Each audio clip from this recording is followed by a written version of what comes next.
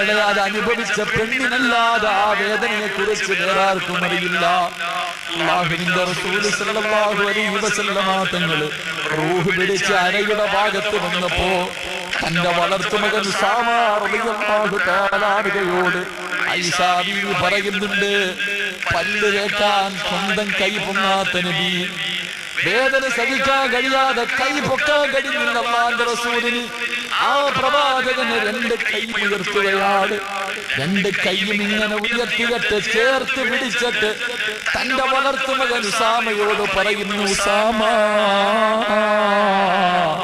എനിക്ക് വേണ്ടിയൊന്ന് ദുആ ചെയ്യൂ പൊന്നോനെ, എനിക്ക് വേണ്ടിയൊന്ന് ദുആ ചെയ്യൂ പൊന്നോനെ, മരണവേദന എന്നെ കൊണ്ട് താങ്ങാൻ കഴിയുന്നില്ല ഉസാമ, അല്ലാഹു എന്നോട് കരുണ കാണിക്കാൻ, അല്ലാഹു എന്നോടൊന്ന് കരുണ കാണിക്കാൻ ഒന്ന് ദുആ ചെയ്യൂ ഉസാമ.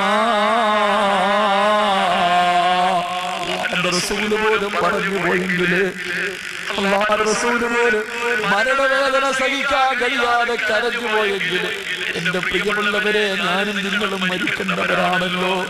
ആ ചിന്ത നിനക്കുണ്ടോ? ആ ചിന്ത നിനക്കുണ്ടോ?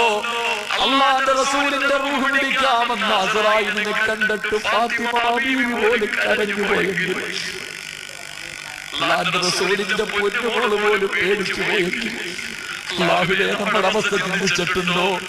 ഓരോ നബിദിനം ഇങ്ങനെ ആഘോഷിച്ച് തീർത്താ പോരല്ലോ, ഓരോ നബിദിനവും ആഘോഷിച്ച് തീർത്താ പോരല്ലോ.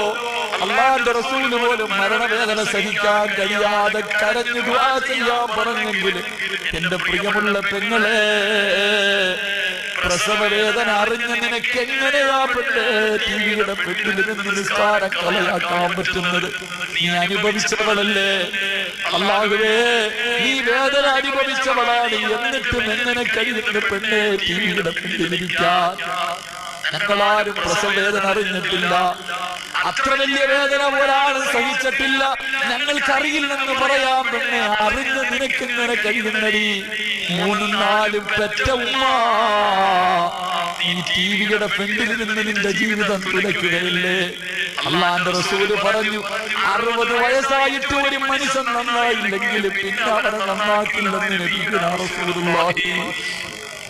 അല്ലാഹുവിന്റെ റസൂല് പറയുകയാ, വയസ്സ് കുറേയായി, പ്രായം കുറേയായി, ചില ഉപ്പമാരെ കണ്ടിട്ടില്ലേ, മുടിയെല്ലാം നരച്ച് രോഗിയായി മരണമുണ്ടാത്തിരുന്നു.